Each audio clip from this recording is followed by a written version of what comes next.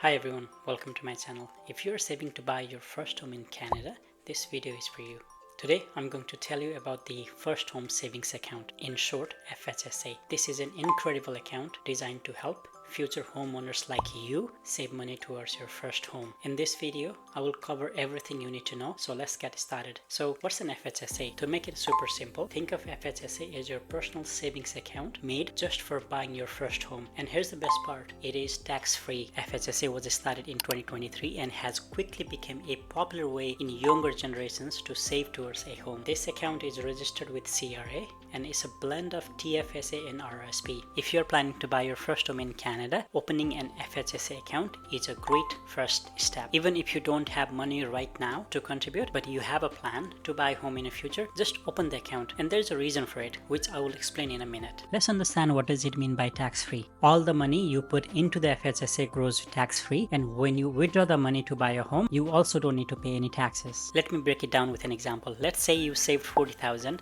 and in a few years it grows to $50,000. You pay zero taxes when you withdraw that $50,000 if you use that money towards your first home purchase. With FHSA, keep the money where it belongs, with you. Let's understand who can open this account. Opening an FHSA is very simple. You must be a Canadian resident and you must be at least 18 years old or under 71 years old. And most importantly, like the name says, to be eligible to open this account, you must be a first-time home buyer, or you should not have owned a property that you have lived in as your main home in the last 4 years. You can open an FHSA at financial institutions wherever you feel comfortable. There are just so many options. You could use banks, credit unions, investment or brokerage companies, or even reach out to your financial advisor. And here's a good part, you can keep this account open for up to 15 years. This is really good because you have a lot of time for your money to grow due to the compounding effect. However, after you buy your first home, the account must be closed within the first year. And there is no limit of how many FHSA accounts that you can open. You can open multiple. It does not really matter. But what matters is the total amount you can contribute to all of your FHSAs. It is limited by your annual and lifetime contributions limit. As an example, if you have contributed $7,000 in one FHSA, you can only contribute $1,000 more in your second FHSA account in that year. Now let's look at some key benefits of the FHSA. The first one is tax-free savings and withdrawal. In my opinion, this one is a big win. There's no taxes on the growth or the withdrawal if you use this money to buy a qualifying home. Because there's no taxes on this account, you could potentially save thousands on taxes. Second is tax deduction, and I think this is where the FHSA really starts to shine, and this might be a huge deal for all of us. Every dollar we contribute, it can be deducted from our taxable income,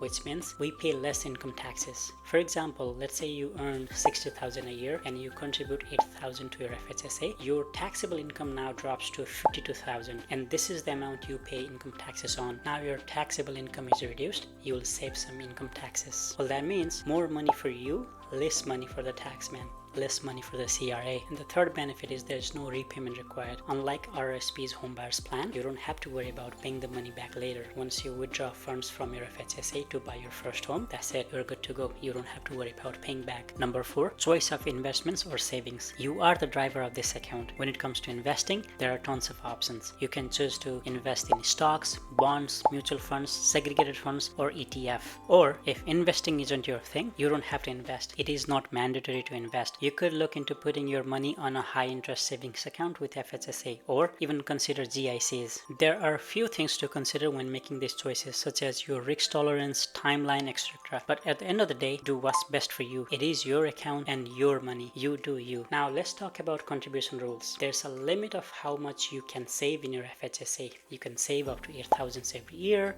or $40,000 lifetime. But remember, if you contribute more than the limit, CRA will not be happy. You will end up paying 1% taxes per month on the excess amount. So it is very important to be on top of it. And the limit is just on the contributions, thankfully, not on the growth. Growth can be of any amount. And here's a little tip. If you accidentally over-contributed, there are tax-free options to either withdraw the excess amount or transfer the excess amount to your RSP. You can also carry forward unused amounts from prior years. If you don't save the full $8,000 in a year, the leftover amount rollovers to the next year. For example, if you only saved, let's say, 5,000 in 2024, the remaining 3,000 rolls over to 2025. In 2025, you will have 11,000 room, 8,000 from 2025 and 3,000 from 2024. And this is why I was suggesting to open the account earlier in the video, even if you're not yet ready to contribute. What happens is the contribution room only starts accumulating after you open a FHSA account. By the time you are ready to contribute, you will be able to use all the carry forwards contributions. If you do not open the account, you will lose the contribution room for that year. Now let's talk about withdrawing your money. The money must be used to buy your primary home, that is the home you will live in, not for rental or secondary property. There are some conditions you must meet, such as you must still be a Canadian resident, be a first-time home buyer, and you must also have a written contract to buy or build a home, and also you must take possession within 1 year after you purchase. If you withdraw the money for something else other than buying your first home, there are taxations, and the tax is insane. You made it this far into the video, hang in there. I just have a very few things to cover and we'll be done. And let me give you some extra tips and a couple of useful information. You can combine RRSP's homebuyers plan and FHSA. From homebuyers plan, you can withdraw up to 60,000 and use your entire balance from your FHSA. So let's say if you're in a situation where you can contribute more than the limit, say 8,000 plus, maximize your FHSA first and then start an RRSP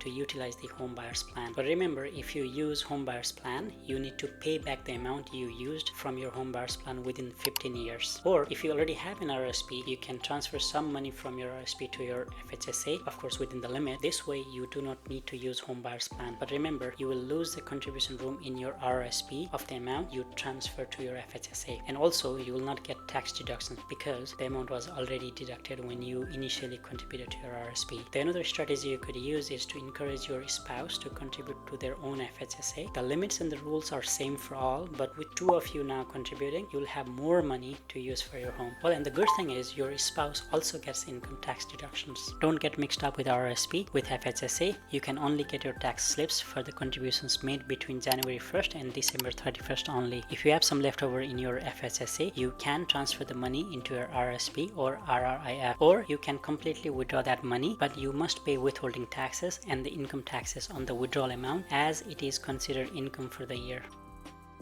Unlike RRSP or TFSA, where you invest money for it long term, FHSA is a bit different as you don't have a lot of time to keep investing, as this is primarily to purchase a home and that could happen anytime. So decide very carefully whether you will invest or keep the money in more safer sides such as high interest savings or GICs. But if you have sometimes say more than 3 years to buy your first home, investing might help. And another tip is to consider additional cost as well when you are purchasing a home, not just the down payment. There are closing costs such as lawyer fees, property transfer fees, property taxes, and so on, which can range from 2 to 4% of the property's value that you are buying. Also, let's say after you take possession of your house, you may need to buy a new furniture or a new TV or whatever to make it livable, and you will need money to buy those as well. We are at the end of the video. If you have any questions about FHSA, please drop them in the comment section below and I will be happy to answer those. If you found this video helpful, don't forget to give a thumbs up and subscribe to my channel. If there was anything I said wrong, please comment below and I will make correction. Thank you for watching and see you in the next video.